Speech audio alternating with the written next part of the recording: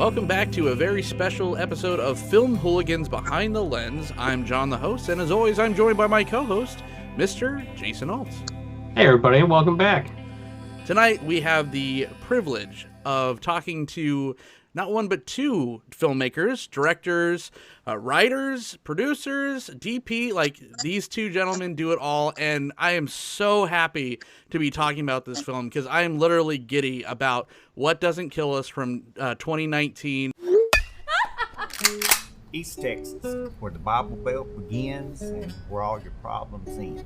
Keith, well, he's been a real surprise for us. Sometimes his condition can provide for some awkward situations. You must be a proud father. Aw.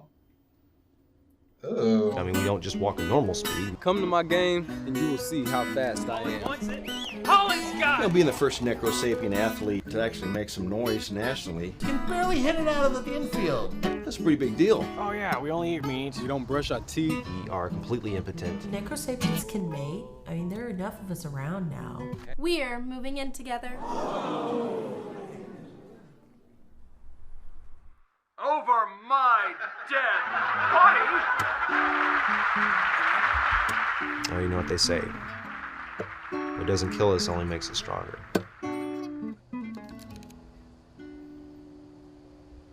Alright, cut. Mr. Jacob Kiesling and Zach Schlapkohl, thank you guys so much for joining us tonight. Thanks for having us. Yeah, you're incredibly welcome.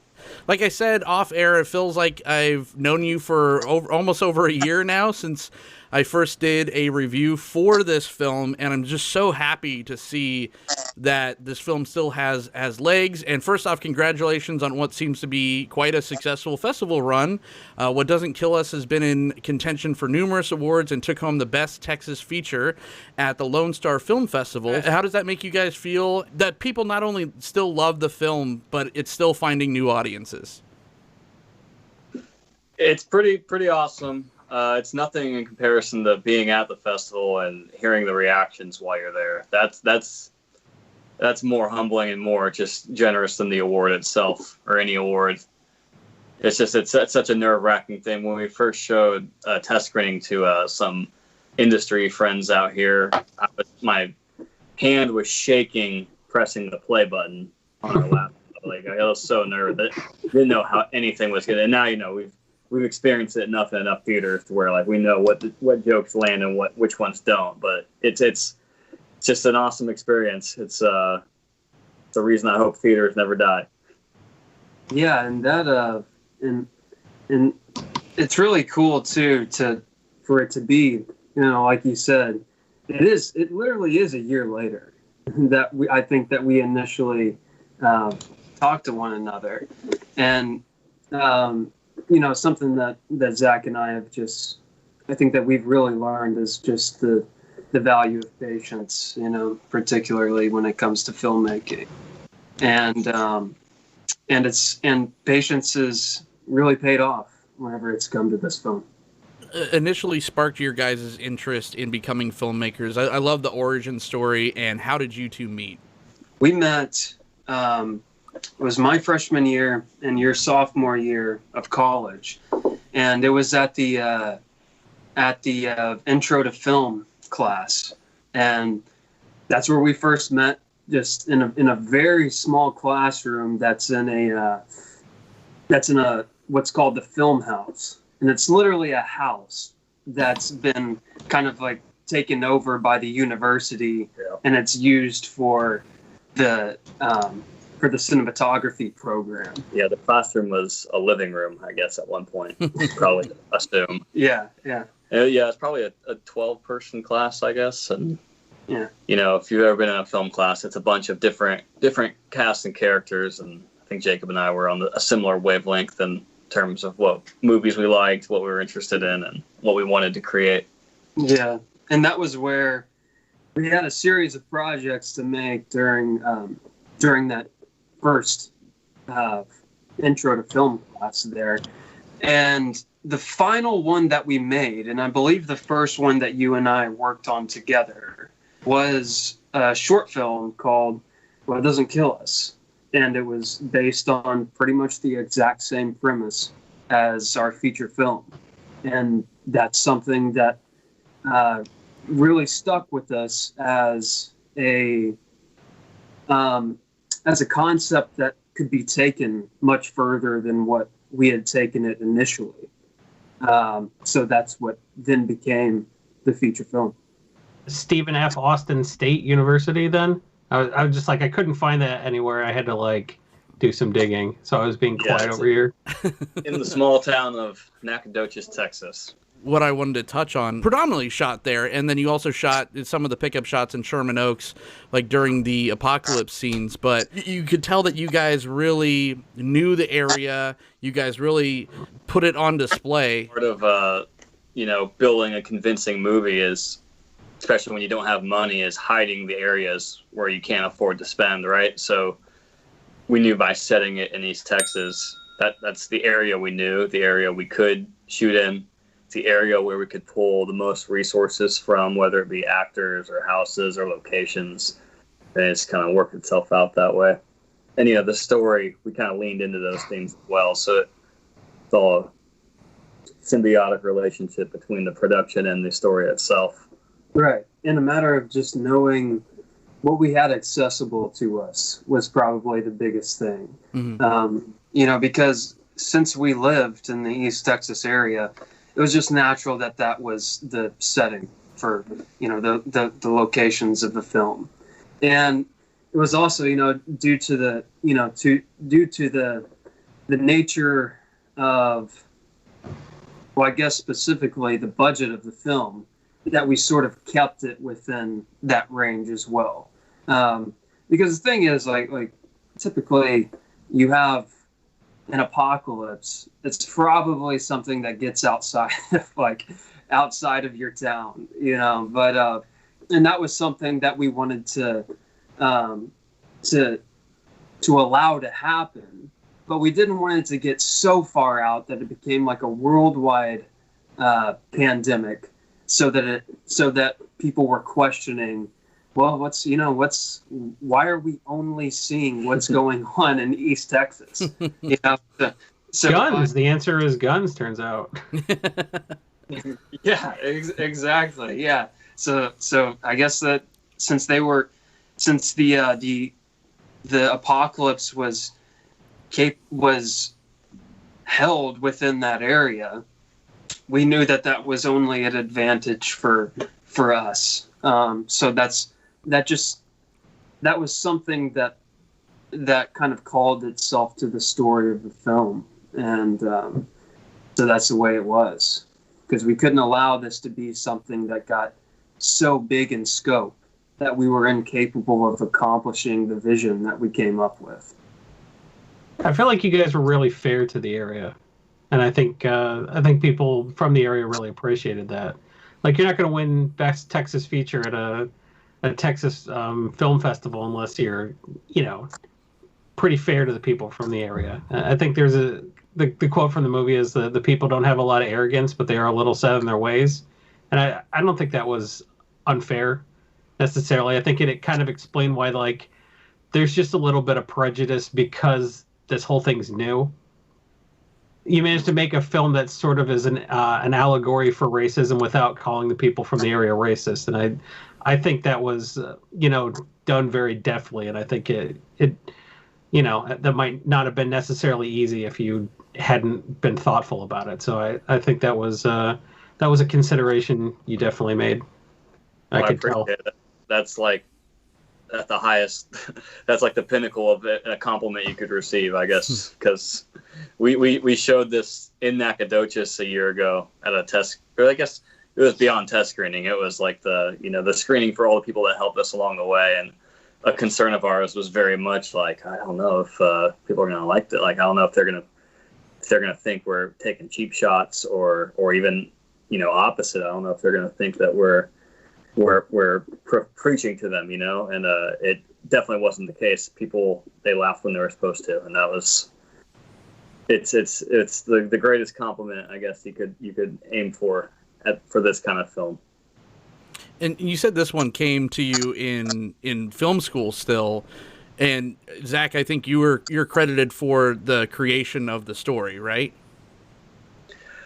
Yeah, I think I'm credited as writing it, and I did write the script. However, the idea was conceptual from 3 or 4 of us from a very, very, very early intro to film class. Because the short, which, you know, there are striking similarities, but that short is mainly a bunch of people goofing around with the camera, and we just kind of expanded the universe and honed in on some themes.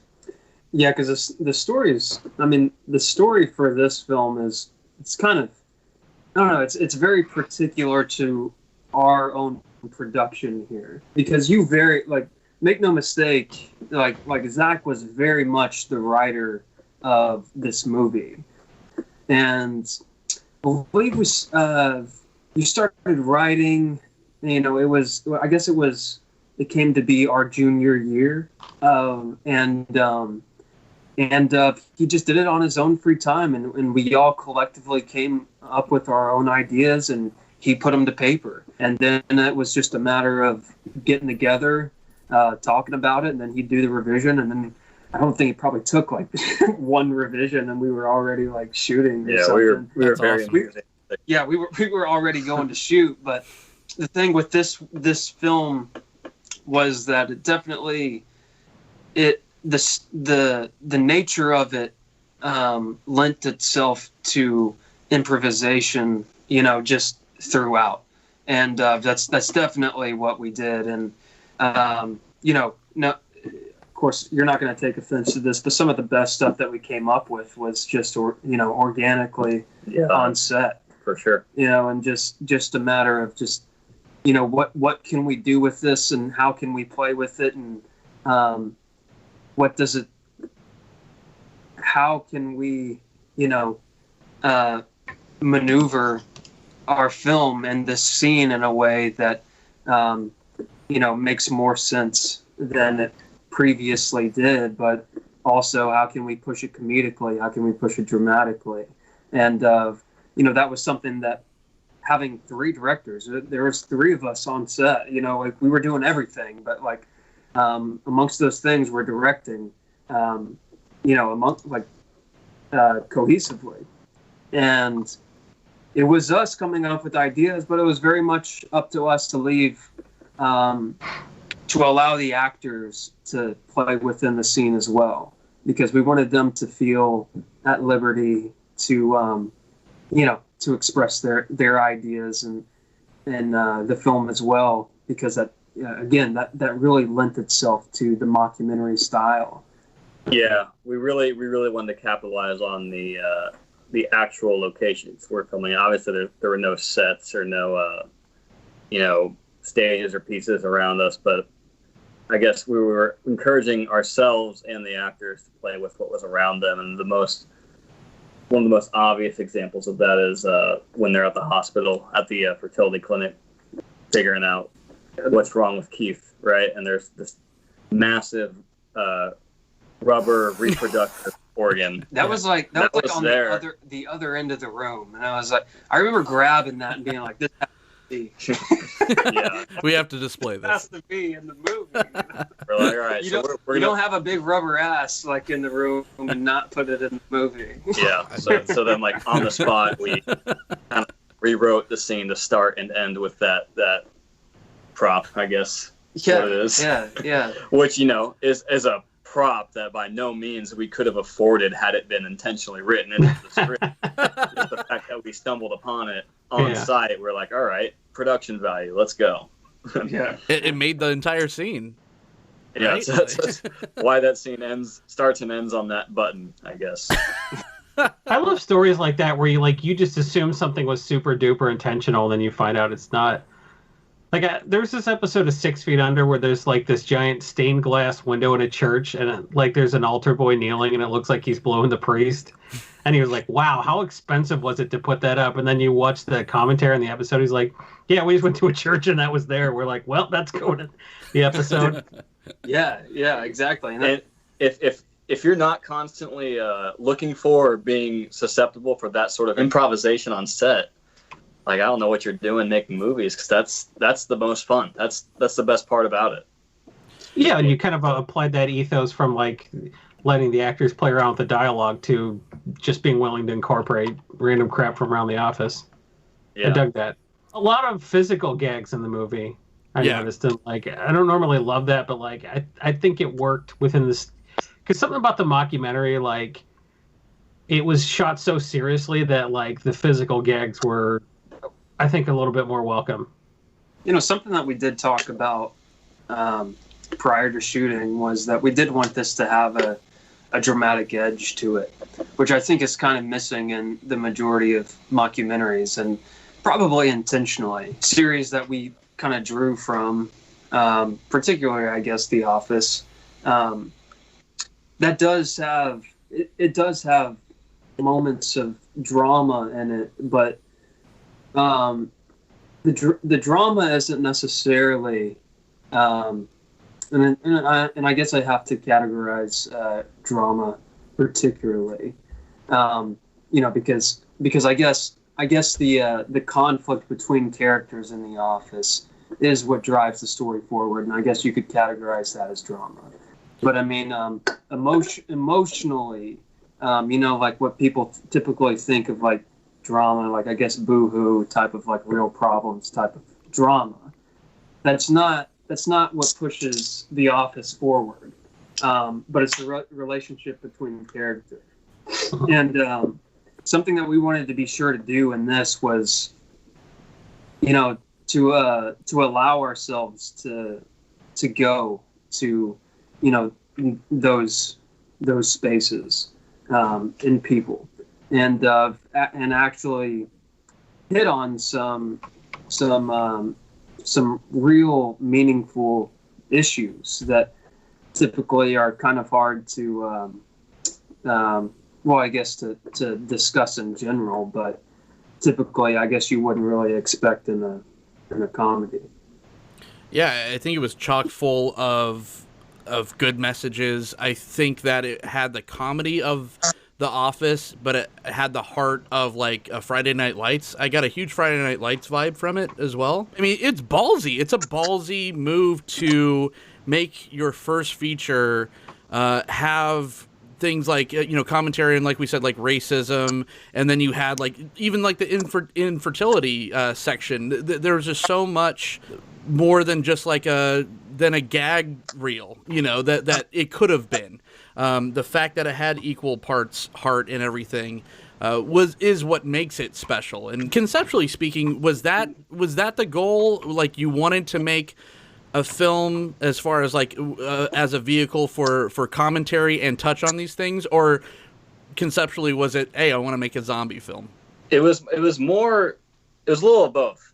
It was definitely to have fun first, and then kind of touch on these issues with a sort of a centrist perspective, and kind of coming to the conclusion that it you know, I think I don't know if it's our official log line, but of our Indiegogo when we tried to fund this movie was that just prejudice is silly, right?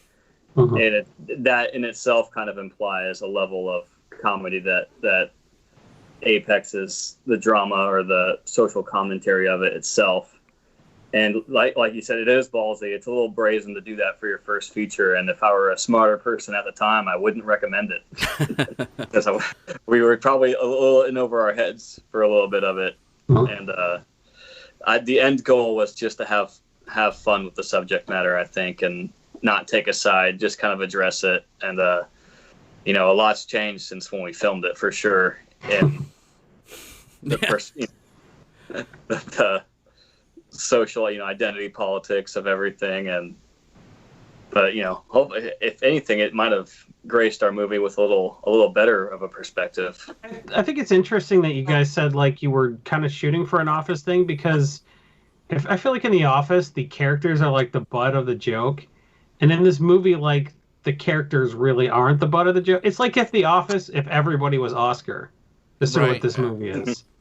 Like every Necro Sapien is Oscar, at least, right? So it's just like, do you see the bullshit I put up with, sort of a deal? And not making the zombies the butt of the joke, but like sort of like, oh, this is what they deal with, you know. This is the kind of extra bullshit they have on top of everything else that's going on in their life. I don't know if that was a conscious choice, but like, I think the way you approached the film sort of naturally led to that, not making the zombies a joke, trying to like portray them as seriously as possible, be like, yeah, we're mostly just like everybody else. And I don't know, it led itself to sort of not making them the butt of the joke, and I think that translated into it being a good allegory for, like what you said, prejudice is silly versus like, look at these wacky zombies. You know, I don't know. I think it worked, whether you did it intentionally or not. It worked. Well, Oscar is one of my favorite characters, and now I'm connecting the dots and learning a lot about myself. Yeah, because it took him like 3 or 4 seasons to be like, no, Oscar's weird too in his own way, because he's like, he's arrogant, but like also for the most part, Oscar was just like a foil to the boss's worst impulses, and I think kind of that energy really worked in this setting. I like whenever it's probably later in the series when they introduce Oscar as the guy who says actually every time, he just interjects with yeah. Yeah, and I may you know, and that's interesting because, and I may be discrediting myself here by saying this, but at the time whenever we shot this, I had not seen The Office. You definitely saw The Office. You grew up on The Office. You were like, you breathed Office. I was watching them live every Thursday. Yeah. What about Ethan? Did Ethan see The Office? I don't know. It seems likely. Probably. It seems like probably got his dose. Yeah. It's hard to avoid. Yeah. But I think that's a good thing for us, you know, to be able to draw from what works, but also, you know, not make The Office. Yeah. Yeah. Well, and not make Spinal Tap or, you know, because like by the time like Parks and Rec, I think worked because they swerved pretty hard away from that being The Office set somewhere else right away. I think Parks and Rec had to find its own identity, and then I think this movie found its own identity. So like, I think you benefited by doing such a straight story that people didn't really like, oh, this is just The Office with zombies, because I didn't think that watching this. Right. It's interesting we're having this conversation right after talking about the short film we did, because I don't know if that exists on YouTube anymore. Maybe buried somewhere deep into the algorithm, but if we were to pull it up right now, it is definitely me doing a bunch of Jim faces into the camera. Yeah. And I was filming it like, damn, this is funny. Like, where'd you get this? And it, you know, when we first, one of our first conversations when you know we realized we were making a feature movie was like, hey, maybe we shouldn't do that thing. You know, maybe we should try to do something a little different. That's why I make the comparison to Friday Night Lights, because all your characters are very earnest. Where, like Jason nobody said, but you has seen that. So really, no one's seen Friday Night Lights, the show? It's so good. I have honestly never seen the show. I love the movie. I thought two guys from Texas, this was a surefire thing. All right, moving on. They lived it. They lived Friday. They didn't need to see Friday Night Lights. Their Friday nights were Friday Night Lights. You guys just nailed The Office. Jacob never saw it. You guys... All right, fine. You guys are way better than I even gave you credit for. Let's talk about the cast, because, like, as opposed to other indie films, this movie had a gigantic cast. How did you get so many talented people excited to participate in this film? The performances that personally stood out to me was Peyton Paulette, who I saw has a lot of credits as a cinematographer.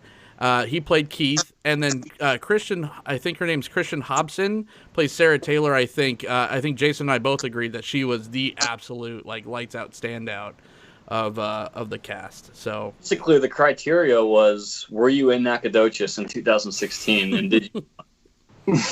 The reason Peyton has so many credits on IMDb is that he is a very active member of the SFA film program, both as a student and a professor. So, you know, he's lived the full cycle there. So he had his hands on hundreds of projects down the line. So he was very, he had the right spirit, first of all, to commit to a project. And, it's always great when you can get someone with that enthusiasm for making things, because, you don't have to question their commitment level. And also the understanding that was what it was going to take as well. Because he was probably the actor that we held on to the longest throughout that career. And in him making his own feature film prior to that, he had an understanding that was what it was going to take that we didn't know ourselves at the time. Then the rest of the cast, a lot of SFA theater students, theater kids from the university, and a lot of the older cast. There's a town next to Nacogdoches called Lufkin, about 20 minutes away. They have a adult theater, and I mean adult, just like in the They were over 18. Yeah, that's all that means. I realized when I said that out loud, it meant a lot more. Phil, the boss, was from Lamplight, the Lufkin Theater, as well as pretty much anyone in the workplace we showed.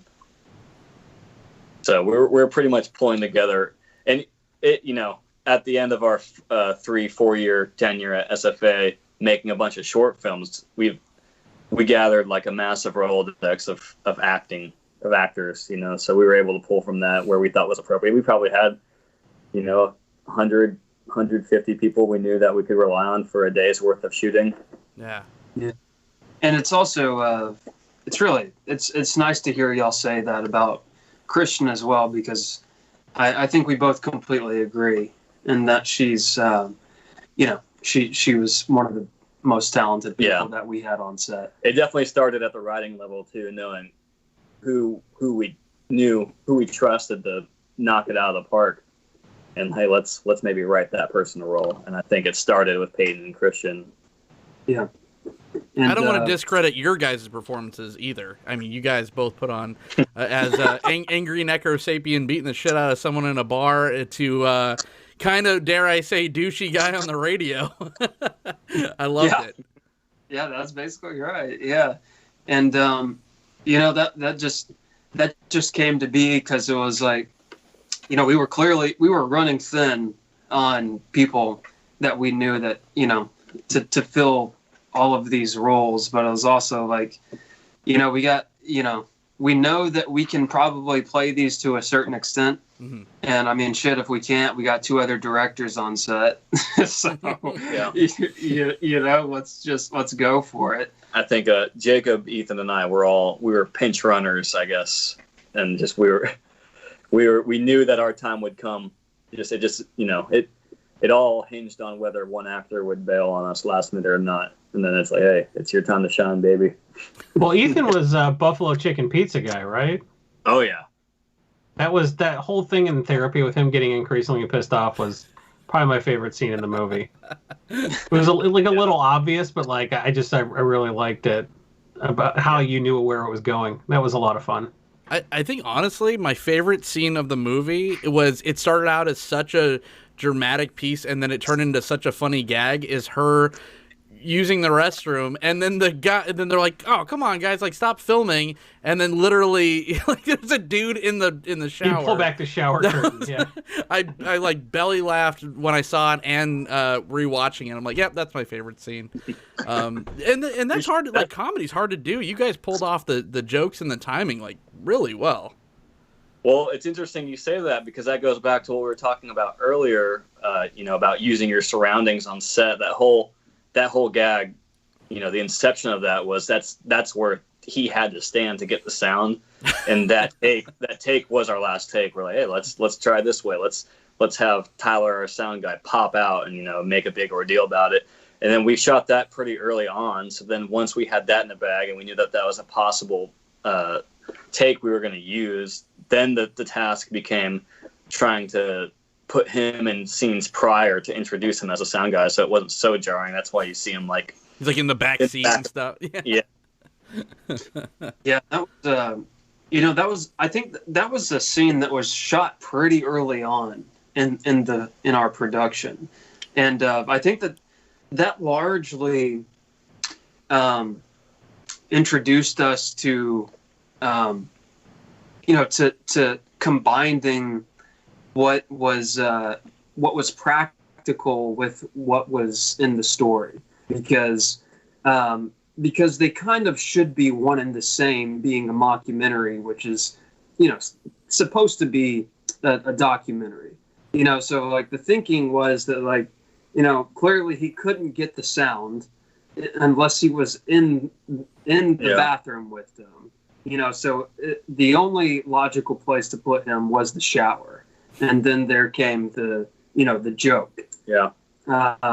But yeah, and like Zach said, that kind of stemmed of Tyler, our sound guy, as being a character kind of in the film as well. But also it kind of introduced us to like the possibilities of what we could do on set. Like coming up with ideas on set as well.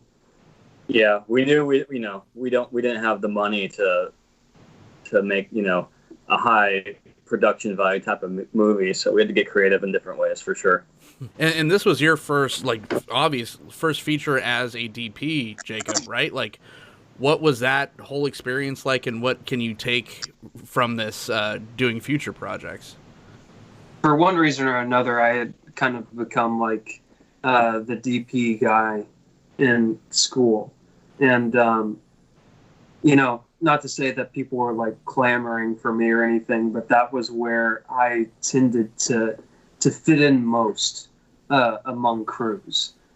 Just I guess as far as like standing out a little more than the average person. And so it only made sense that, we're all going to be on set every single day. That'd be me, to DP it as well. And, that was, it was a great experience, because the film has so many different looks to it, and it's not just shot from from the documentary crew's perspective. It was really fun because like it was shot from all different types of point of view. Like we have a scene from a movie, we have a sitcom in there, and we have an ESPN type of show, and being able to do all of those things, and that was a lot of fun. But also something that we discussed early on was the idea of making this something that wasn't your typical mockumentary. Like, even though I hadn't seen The Office, I kind of understood the cinematography in it, like just by looking up clips. It's pretty clear, like the style that they go for, and like the zooming and the movements of the camera. Those play a lot into how the comedy of the film is perceived. Like we all know, like we already talked about the gym look. Like it wouldn't be the gym look unless you had a zoom in or a pan to the gym look, you know? And those are stylistic choices. And, we talked about early on making this fairly, like appealing as far as the cinematography goes. So a conscious decision that we made was to not do any zooming whenever it came to like the documentary stuff particularly. And that was kind of like halfway a choice, but halfway we were forced to do that because we didn't have the money. Because our best lenses were prime lenses and they didn't zoom anyway. So I was like, so it was like, so that was a conscious decision, but I was like, we couldn't do it if we wanted. It was like the fake shark on Jaws not working and making the movie better. Yeah, right? Yeah, for happy sure. accidents. Right, yeah. So it was, that was a very rewarding film to be DP on, especially for my first. And, and even though I had projects prior to then, short films, which I had DP'd.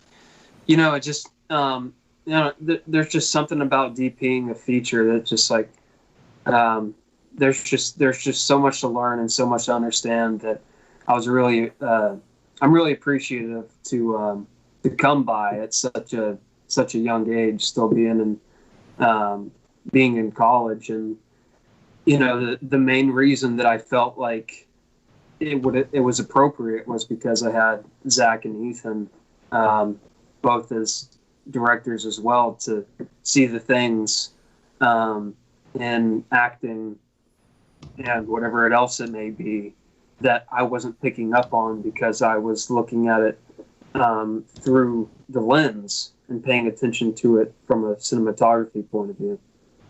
Yeah, if I might add that Jacob's being all shucksy about, I don't know why people pick me as my DP, but he's incredible with like 2 lights. He thinks of stuff that I wouldn't even imagine. Because if you weren't DPing this would look awful. If it were left into my hands, it would be awful. Yeah, and that's something that hopefully people don't really notice in the film, is that pretty much every scene is lit. I mean, we had a couple of lights probably for every single scene in there. And it was just a matter of like, what can we set up in the time that we had and what still looks practical. So that was fun and challenging all at the same time, and man, it was just a blast, like all over. I mean, it looked slick. The way it was shot, it was extremely slick and sleek. And then the editing, which Zach was credited for, was also just super clean. Those inserts, like you said, you didn't want the whole thing to look like a mockumentary, so you had those kind of like in a clever way. You did your exposition dumps of this is how this thing started, or this is why people feel this way, or those like ads, like you said, or the sitcom or the ESPN thing.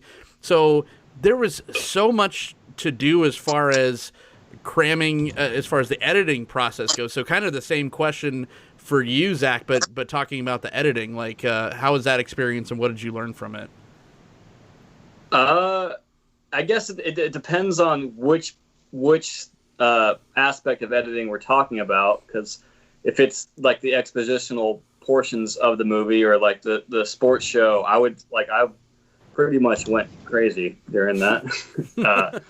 I was watching, that was the summer that a lot of ESPN 30 for 30s were on Netflix, and I had 2 monitors and I was watching a lot of those and editing at the same time. And a lot of those tricks of, pulling a newspaper clip and having it come forward and cross, and when it crosses, we're on a new shot. Like it was, I was pulling from those because, I think I watched every 30 for 30 that summer at one point.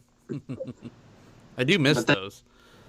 Yeah, those, they're harder to find now because they took them off Netflix, but those were entertaining.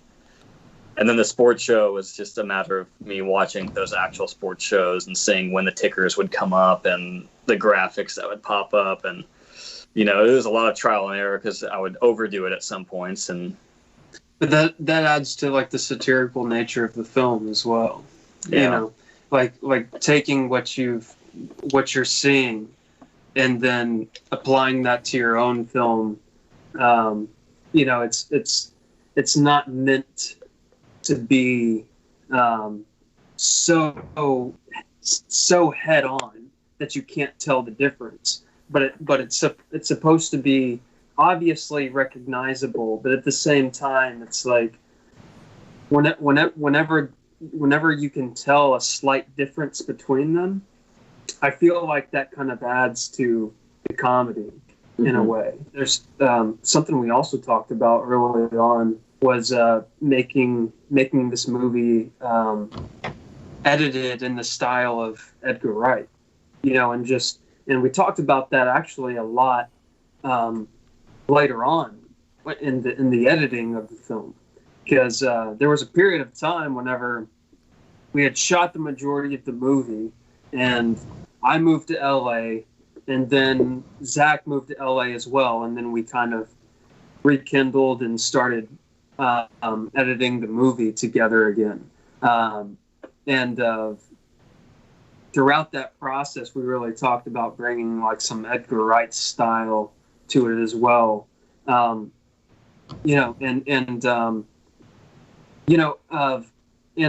his work in particular is pretty satirical. It wasn't necessarily about copying it, but like learning from it and knowing how that can apply to our film as well, and making it fluid and cohesive. And he killed it. Oh, by the way, Zach just got nominated for, he didn't get nominated. He got the award for best editing at a Vancouver Horror Show. Hell yeah! Congratulations, Nice. man. Thank you. It's the first filmmaking award I guess I've gotten that's directly me. So. Yeah. But I will say, one of the things I always chuckle at when watching our movie is the fact that Jacob edited our opening credit sequence, right? And it's just I always laugh when it says edited by Zach Schlapkohl, and it's literally something that Jacob did. I just feel a little. It's like, all right, yeah, it's pretty slick. I'll take it. You got the rest of the film. No, it's great. It just seemed like a real grassroots effort from just like lens to can. How long did the whole production take? And I'm not saying like, you guys came up with the story like during school loosely and stuff like that, but from like day one shooting to the finished product, how long are we talking? Well, day one shooting, I remember very specifically was, not specifically, but it was the month of May of 2015, and it was it was hot. It was hot, and it was the Dan Basso commercial was the first thing we shot. No, not the commercial. It was the ending. Yeah. The ending scene there where he's making his acceptance. speech. Yeah, that was the very first thing that we shot. And because we had no money, we were shooting out of order, and it was all dictated on what sort of time actors could give us, at least outside of our primary 3 or 4 actors, because we paid them just enough money to not bail on us. And then years, right? Yeah, and There's then a couple, yeah. It's kind of hard to assign an exact length of time because we also went several months of not shooting anything. Yeah, because after we got that first shot, we went on to another summer feature SFA for a month. Yeah. So we didn't do any shooting for about a month, and then it was basically, when can we get it? Just every single time I was like, just hitting up the actors and like our sound guy, being like, hey, can you, is this day work for you? Like, is tomorrow cool? Yeah, it was like, hey, don't get any crazy haircuts tomorrow for the next 2 years. Yeah, so it was the principal photography was probably a year and a half, like 2 years, something like. What do you think? Yeah, probably like 2 years. Our senior year, pretty much, and a little before, a little after. Because that I'd call it like a year and a half, but not several months in between of trying to figure out what we're doing next. Because that like I said earlier, if we were if we knew how much time it was gonna take, we probably wouldn't have done it. if we weren't already pot committed. Well, what did you? I feel like you said this before, but the baseball scenes on that field are like, it was actually 2 fields because you got some of the shots yourself. In Dallas. Okay. So it was actually 2 fields that we were playing as the home field, and I think that those were like all of those shots. I think we had like early photography 1 year, and then a year after we kind of finished, we did a lot more filming on it, and then Zach did some on his own. He's referring to the the very, very last baseball sequence where we see Rich hit the inside the park home run. Okay. That was shot 2016 maybe, and then it was we didn't have footage of a pitcher throwing a baseball because we didn't have a full team at the spot. And that particular sequence is filmed on 2 different fields, but 3 different days. Yeah, 3 different 2 different years. Yeah, 2 different years. And it was a matter, it's super hard to coordinate everything you need for a film. Even I think the thing that held us back that particular day was time, someone who could throw a baseball, and jerseys that matched. It's just, you're constantly, your mind's working, you're pulling 9 different strings at a time, and it's something you're not prepared for. They don't teach you that in film school, let alone just, normal school. It's something you're not aware of until it's time to shoot. That's incredible. Yeah, I mean, it seemed like an absolute blast to make. Any fun? We already talked about it a little bit as far as like happy accidents go, but any cool stories that really, like, thinking back on the filming of the movie that you're just like, oh god, that day was awesome, or this was pretty funny, and that you want to share. I'll share one because the last time we were doing a podcast with someone, they asked us the exact same question, and I forgot what I answered, but I was very regretful that I didn't answer what I'm about to say because I completely forgot. Ah, this is your redo. Yeah, it's like a second chance at life here. The scene with Ira Bounds, aka the Pizza Pete's manager, the old man, who's also in the Richard Linklater movie Bernie, that takes place in Carthage, right down the road from Nacogdoches. Oh shit! That's how we got him.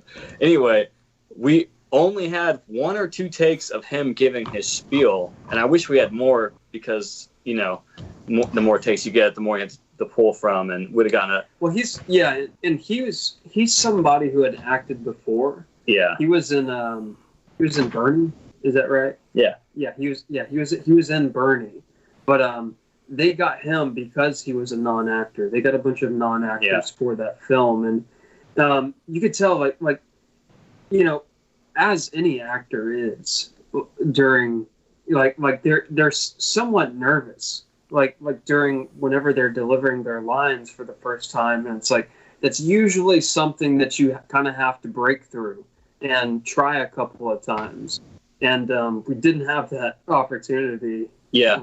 Well, even more so, there were the things we were doing in that scene. It was his interview, and then the guy who worked at the pizza place in the background, right? They were doing different things, and the only reason we got that place is because that's a pizza place that I probably shouldn't name, but I worked at in college. It rhymes with Bungry Bowies, right? It does. Good catch. Nice.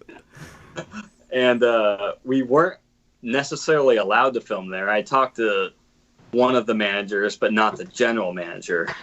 And it turns out we were shooting there an hour before that nondescript restaurant opened. And the guy that was acting in the background, he alleges he accidentally hit the button under the counter, which I have a hard time believing, because although that button is there and it's easy to find, it's a hard button to press. You have to get your finger deep in there and make it a point to press the button. Long story short, the cops came and pretty much shut down everything. Oh, but while the cops were outside, and I think it was probably me talking to them. I don't remember. It might have been the manager that came to the site. The take we used is we're filming while we're trying to kind of like, hey, just let us get this last take. Because whenever the cops were there, that's where we're like, fucking roll, and we started rolling, and that was whenever Ethan had to come in and throw the pizza at him, and like, yeah. We saw the cops show up, and then I kind of looked at, I think, Ethan, and I was like, hey, this is it. We got one take. Yeah. And looking back, it was that particular scene, I think, is the one I wish we had more time with, because it's fun, but I think we could have done a better job. And we edit it a little. We cut out some of the imperfections in it too that seem a little bit unnatural, but hopefully it goes unbeknownst to the audience. It seems like a pretty bang scene to me. Yeah. Yeah, worked fine. Well, I appreciate it. Jacob, how about you? Any special memories or goofs or just happy accidents? Especially being the DP on it. No, not in particular. I can remember that whenever we were at, it was your apartment at the time, which we made Trey's place. And Trey is the actor who played like the Confederate flag flying guy with all the guns who denies Bridget. It was an old rinky-dink house that I used to live at. Yeah, and just thinking of another scene with Tyler, the sound guy, is that I'm pretty sure that we just kind of came up with that on the spot, like them running away. Oh yeah. like we were like, we gotta, we gotta come up with something here to kind of top this baby off, and having Tyler there at the end, since we already knew that he had become a character in a way, we kind of threw him in there as like some comedic effect. But also, what was funny was doing the porn scene in the library. Oh yeah, that was nerve. Like, because that was an actual library. So yeah, wait, real quick, rewatching it, I thought I picked up the guy that's in the support group with like the hoodie and stuff. Is that the same actor that's in the porn film? Oh yeah. Yes. Yeah. All right. I didn't catch that the first time I watched it. I loved that. Yeah. Yeah. So that was just like, that was something we just talked about. It like kind of made sense for him to just kind of pop in and be there in the that was therapy scene. Yeah, we filmed that at the actual Stephen F. Austin Library, and they without approval, so that you can imagine the jarring. We were pretty secluded, if I remember correctly, but we were like in the back corner of the library, like we would have 3 in the morning. We would have some people that would come by like every now and then, but we kind of had them. Yeah, like Ethan was the lookout there. Yeah, we had Ethan looking out. We were shooting this thing, and it was. I don't know that anybody would have been able to know the difference between a porn scene and what we were doing whenever we were actually shooting. Because it happens, and I mean, like we had like. Bastian was so uncomfortable with the shooting of that film, because we actually had like some unbuckling and some unzipping. Oh my! Well, that was more of we were pushing the boundaries of what made him uncomfortable, just for our own pleasure. Oh sure, yeah. Once you saw that he was a little uncomfortable, you're like, well, in service of the scene, right? This is what's happening next. I was like, it might not fly today if he was SAG, but it was just in case, this whole feature film thing didn't work out. You were attempting a different kind of film. Joke's on you. You didn't get paid enough money to have legal recourse. Exactly. I mean, man, this was awesome. I'm going to leave you guys with one more question, and that is, I know you are both still a year later going strong in the festival scene, and you're still on full-on promotion mode, but for What Doesn't Kill Us. But can either of you lay down something, spoil something, leak something onto what's next, if there is something next? Not really, only because we don't know ourselves. Like as far as getting the movie, What Doesn't Kill Us out there for people to see, that's something that we've talked about pretty extensively, and something that, being our first film, we're really learning a lot about how to properly distribute a film. And, who's to say, like, if we're going to get it right this first time around, but, we're talking quite a bit about how to do it best for this film. And, I think the main priority for us is to get as many eyes on this as possible and just, get it out there for people to see, however the best that we can. So we haven't necessarily come to a conclusion on that, but we've had distributors approach us, it would be stupid of us not to take every single one of them into consideration. So we do. So we don't know how we're distributing this film particularly, but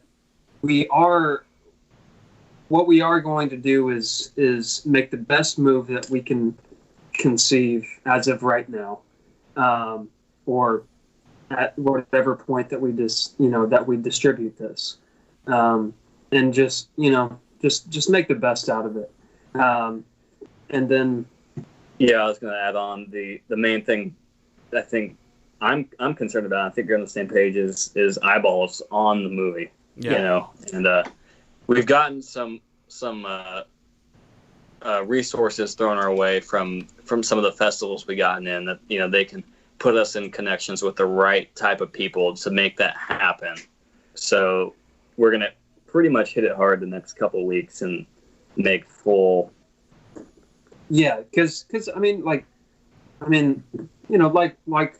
I think we've already said, like, this is our first go at a feature film, and this being our first time at distribution, we don't really know what we're doing.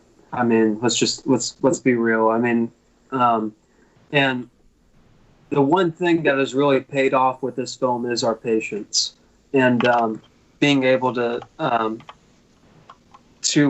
analyze the situations that we've been given and just try to make the best decision possible. So that's all we're going to do here, and we don't have a clue what that is, but it's got to be it's going to be something soon, because we're running to the end of our festival run here. Yeah, and it's about time to put this out for people to see. So that's going to be happening really soon, and the only thing that we can really do, as far as like asking people of like their support, is that, just say what you think about the film, whether it be good or bad, or like, it doesn't really matter, just put it out there what you think about our movie, because I mean, we wouldn't really want anything more. Like, it doesn't matter what you say, because the point of maybe the only thing better than having somebody watch your film is having somebody think about your film and discuss it. And that's what we really want here. And I think that even though we went out in making this film just to make something fun, and just to make something that was, like watchable, really, but also something that people could relate to and experience in a positive way. Like all we can ask is that, that people do so, and if you feel at liberty, share what it is that you think about the movie. So that's what we're approaching right now.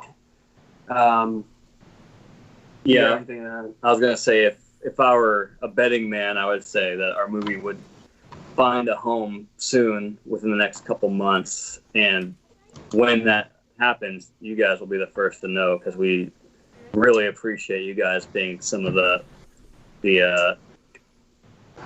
spear headers, or the flag holders of our movie, and taking it to the next group of people.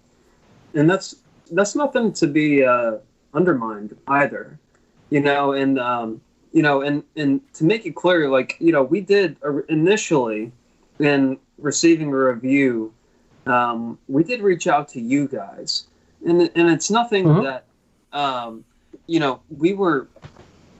we are strategic in who we reach out to, and we don't have a lot of pull, in being first-time filmmakers with a film that nobody knows about.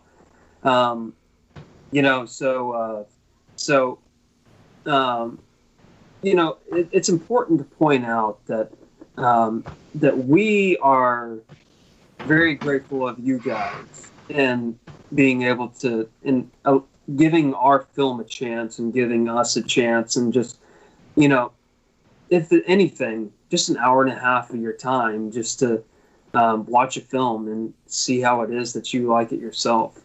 And, that's something that's irreplaceable, and that's all we can really ask of anybody, I guess. But yeah, that's cool of y'all guys, and thank y'all. I mean, to get sentimental, it was an absolute honor to...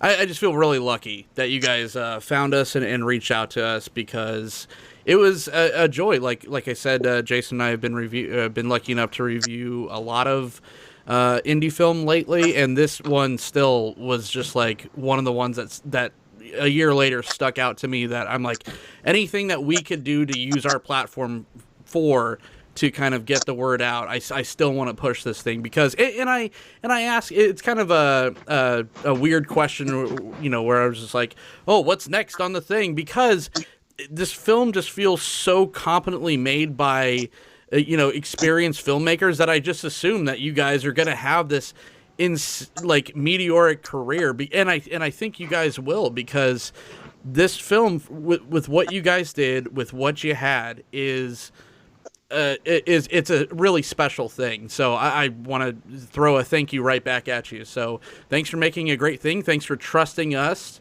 to lend our voices to your project. And that's not lost on us either. So yeah, really appreciate it. Jason, you got any closing thoughts?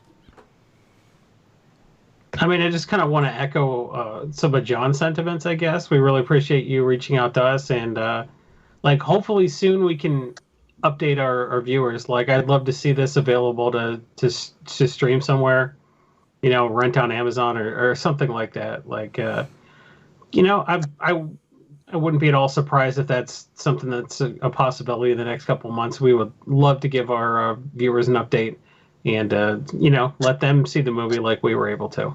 Jacob Kiesling and Zach Schlapkohl, thank you guys so much.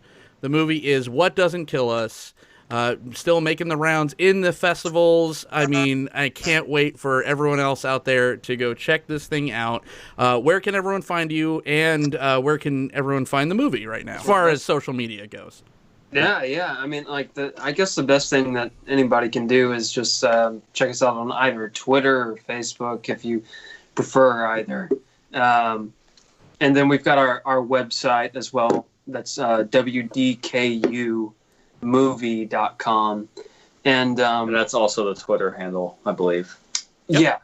Yeah. Minus the .com part. Yeah. So that's really all you can do. And like I said, like the main thing is, whenever it is that you get to see the movie, just say something about it. Whatever it is that you think, say something about it. And I guess the thing that we can hope for the most is that you actually do get to see it. So if that's the case, then mission accomplished. Jason, where can everyone find you, sir? I'm Jason E. Alt on the Twitter, and I have a pinned tweet at the top of my profile that lets you know all the other projects I'm working on around the internet. And I am John Dunning, also known as John the Host. You can find me on Twitter at John the Host. You could also follow this very show's Twitter at film_hooligans. For my co-host Jason Alt, I'm John. We'll see you next time.